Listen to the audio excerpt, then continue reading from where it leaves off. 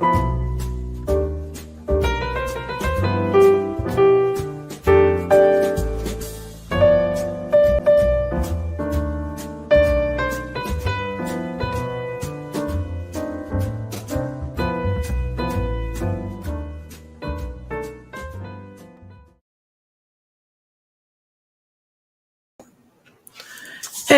traders, Raghee here. Welcome to Charts and Coffee for Tuesday. Great to see everybody. Where the heck's my coffee? I have no, oh my gosh. I am sans coffee for Charts and Coffee. I think I left it in the other room. We will manage. Great to see everybody. Couple things to kick off our session. First of all, take a look at the economic calendar that we're dealing with here. You'll notice that we have, before the bell, Bullard, which is always shenanigans. We have core retail sales. We have cap utilization at 9:15 in about 14 minutes, industrial production. All of that is just really not that interesting because looming over the whole market are two major FOMC poobahs. We've got Lagarde, we've got Powell. Now, Meester is really batting cleanup. A lot of times, especially in sort of interest rate sensitive environments, there'll be somebody, usually it was Williams, now we've got Meester, and she's going to bat cleanup after Powell. So if there's anything that's misconstrued, anything that needs clarifying, it's amazing how often after a Powell event, there'll be some Fed member who will be coming in to, to make sure that the market perceived exactly what Powell meant, or if the wheels came off the wagon, put them back on there. So that's what we've got coming up. Remember, Powell is looming over the market. We have one group of traders and investors who accept that this is a downtrend and there are more rate hikes coming. We've got another group of traders and investors who are not accepting that this is the path. And who knows, it may or may not be, but they're not accepting it and they're still fairly actively picking bottoms. And that's where you get the very violent corrections, retracements, bounces, short squeezes, call them whatever you want to call them, that movement higher. That's where we continue to see these. And that's unique to downtrends, right? Top pickers aren't quite as active in uptrends as bottom pickers are in downtrends. So that's what we've got going on to kick off the morning. And of course, this show is about your questions. So let's go ahead and jump into them, all right? First one, Harley, thoughts on long puts for XLC, VZ, Comcast. Yeah, so XLC is a very interesting corner of the market. It's the second or third heaviest weighted sector in the NAS. So you've got XLK, XLC, XLY. And so communications are and have been probably the weakest corner of the NASDAQ from a sector standpoint. Now, when you crack open the XLC, let's do that right now. When you crack that open, what you'll see is that a number of the names, now VZ is behind my head here, but VZ is also double red right here next to WBD. My list for XLC shorts are not always going to start with XLC, because if you pull up XLC and you go take a look at the July 15s, you'll notice that the, say, 60 or even 62 puts are really illiquid. There's just nothing going on there. And then when you get out to the September, there's plenty of liquidity. So if we were to keep an eye on XLC, which again, I have no problem doing, we're really going to be looking for liquidity. And that September 16 contract, the 60 or the 61 puts, as the market rallies up into the 21 propulsion, would be my approach. Now, as far as Comcast, like it a lot, very affordable. VZ, like it a lot. Double red, Match, Diz. Those are my four main names. Not that they are the only names within the XLC that are double red. It's just that those are far more affordable, far more scalable right, than the more expensive Google. And so Comcast, VZ, Diz, Match, and WBD all look quite good in XLC. All right, but keep an eye on where the liquidity is. XLC itself, September. All right, next up is, hey there, Josh, FXC. Not to be confused with FCX, which is Freeport McMoran. FXC is the Canadian dollar rallying higher. Look, we've got Powell today at 2 p.m. The dollar, bonds, the equity markets will all be in play. So what we're focused on here with FXC, and really the place we build that trade, the chart that we study is 6C, or even if you're comfortable with Forex, you're going to go out to the Canadian dollar, so US dollar versus Canada. Now, if you're comfortable with Forex, you know there's a lot of different combinations against the Canadian dollar. I'd focus on US dollar. So 6C is absolutely looking great. And then that would bring the FXC, that's the currency share for the Canadian dollar, also into focus. So you can short it, you can get long puts, but whatever you want to do, you absolutely do want to take that ride lower. But anchor that opinion mostly in the 6C, which is in the wave. It's at the 21 prop. Good looking chart. And that also should get us to look at some of the other bounces that we're seeing. Do I want to look at 6E or FXE? Look, this has been a monster trade for us in the mastery. We've been shorting this since the 115 and 111 handles. So yeah, we're really looking at a wonderful double red downtrend here. Short the rip. Keep an eye right there at about the 106 area, 1.06 on the 6E as your initial, I would call that your aggro, mostly your aggro trigger there. Keep an eye on it. FXC, we could extend it out to 6B. Now 6B and the FXB can be pretty tricky. It's not always all that liquid. And please do check the liquidity out on those June or Septembers. You're going to notice that it's just crickets and tumbleweeds. And FXB and an FXC, I got to tell you, my friend, it's not a whole heck of a lot better. So you'd have to play the underlying ETF, likely not the options on the ETF, or play the futures, or play options on the futures. And a lot of folks in our Sector Secrets Mastery realize that when I'm playing the option, the derivative of an ETF or stock or futures contract, the underlying is still valid. In fact, the triggers for the options are the exact same triggers where I would actually short or buy the underlying asset. So in this case, yeah, FXC and FXB would be the short of the actual ETF. So thanks for the question. By the way, gang, all of that is rooted in, I absolutely want to continue to look for long positions in UUP. That has not pulled back as much. So we're not seeing necessarily, well, we'll have to see what this looks like on the futures, because let's do this here. Do I not have my trading view up? I don't. Hang on, I can fix that real quick. So what we want to do is make sure we're looking at DX as well. I don't trade the DX futures that often, but we do need to take a look at DX as well. You'll notice that I feed my trading view with my TradeStation account. And survey says on DX, what do we have here?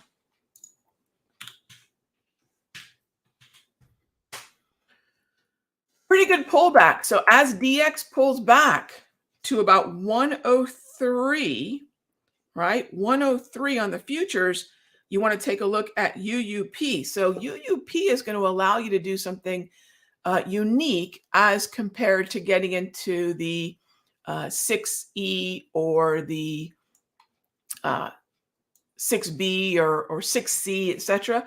What UUP does is it gives you access to long dollar versus euro, yen, and pound. So UUP is a basket as opposed to that more straight up currency versus currency, dollar versus euro, dollar versus Canada, etc. So Josh, yeah, I do like that a lot. All right, Paul asked the setups. Yeah, so yesterday into the close, the closing session I did yesterday, and I set up a couple very aggressive, but I said, hey, you know what? The Qs or the NASDAQ or the MNQ was the better of the two. And SPY, we put a higher trigger on because my concern was SPY might move up a little bit more. Let me bring up those notes. So for those of you wondering, Rod, what are you talking about notes? Anyone who's in any of the sessions that I do, all you hear is my fairly loud, but I love this mechanical keyboard. I absolutely love it, but I've got my mechanical keyboard just going to town most of the time. And I'm taking a lot of notes. And I think what's really important about taking notes is, number one, I think we can keep up with the conversation easier when it's not only, being verbally explained, but also we've got just something else to, come on, workflowy. We've got something else to refer to later on. So here are my workflowy notes. I'm just moving them to the corner of the screen here.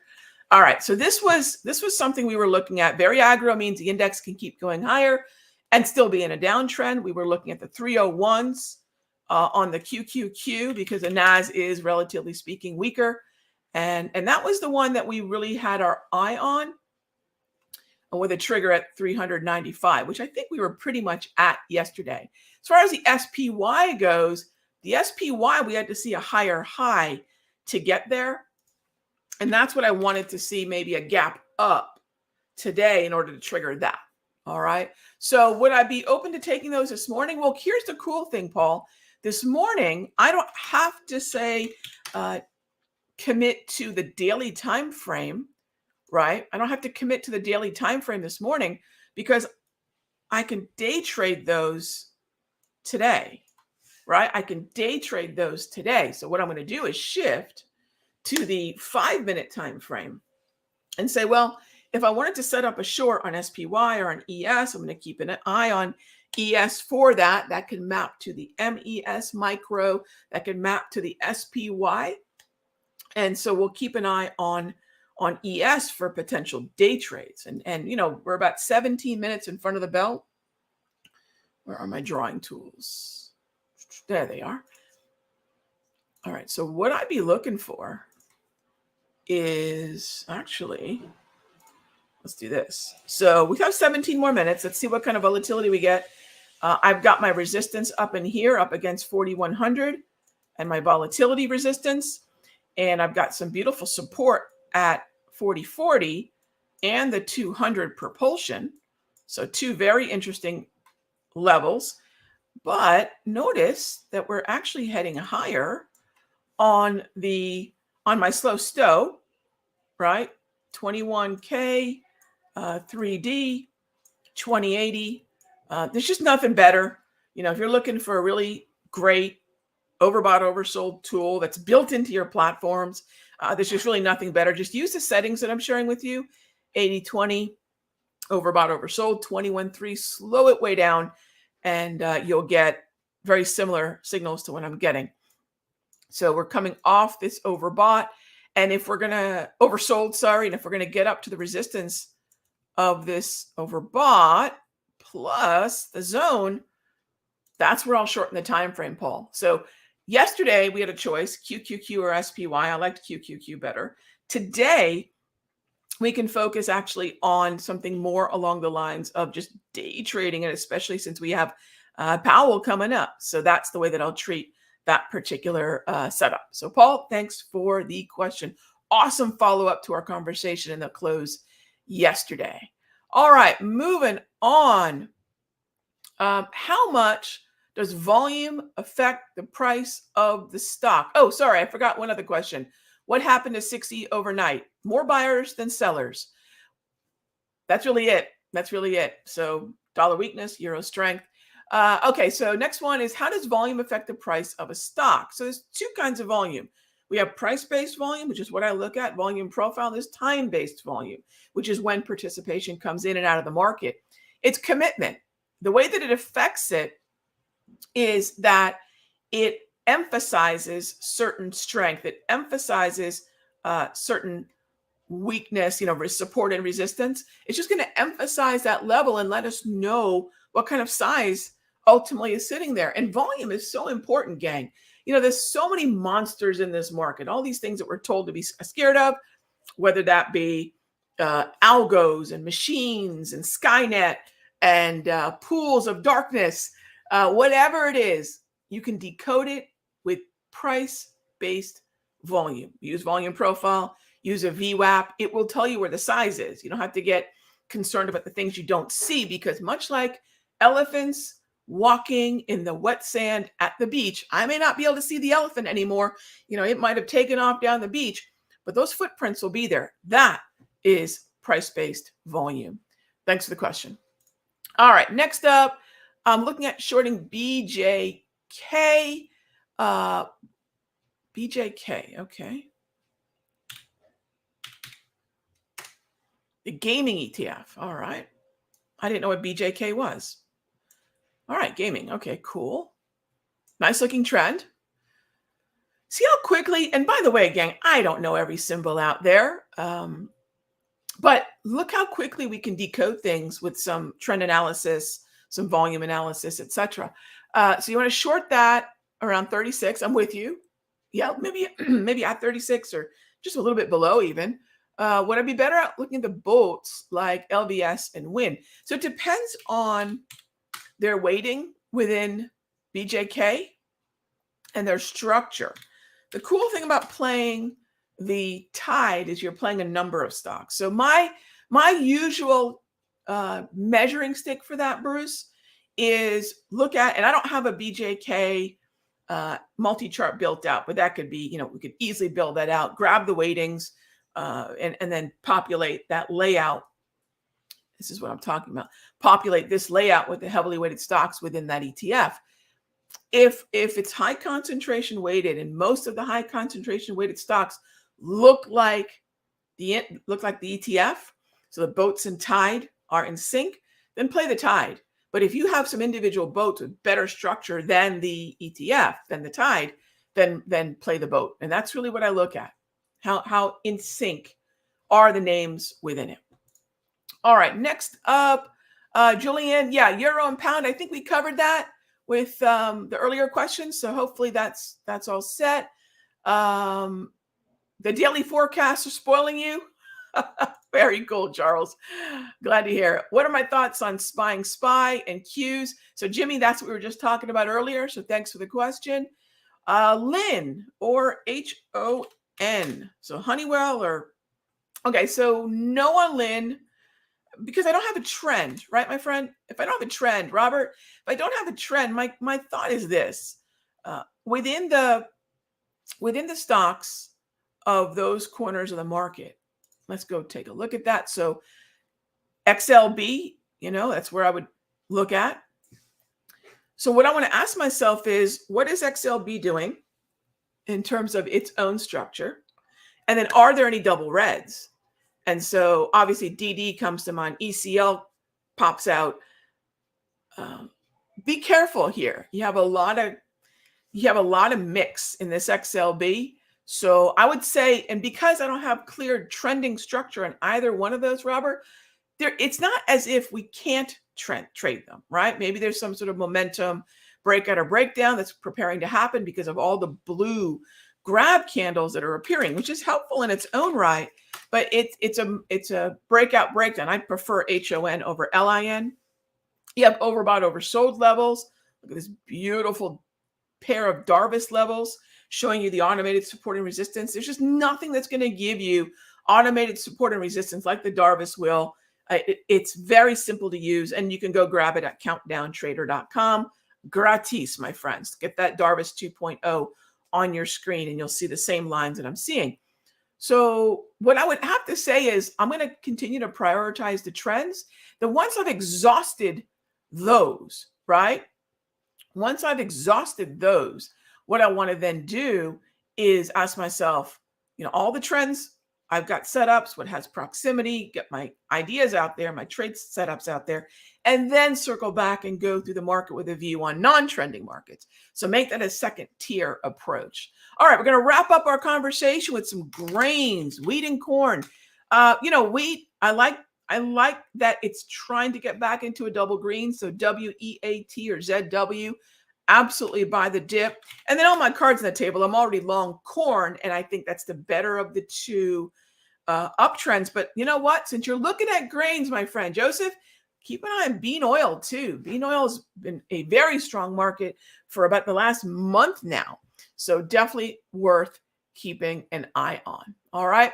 Okay, gang. As always, thank you so much for being a part of Charts and Coffee. Thanks for your questions. I've been trying to get through as many of them as I can. So I'll try to keep the answers a little quicker and just keep moving on. Thanks for your time. Caffeinate and dominate, gang. I'll see you all tomorrow, same time, same station. Be good to each other. And thanks for tuning in, caffeinating and dominating. Smash that like button and be careful. 2 p.m. Powell. All right. Talk with you soon.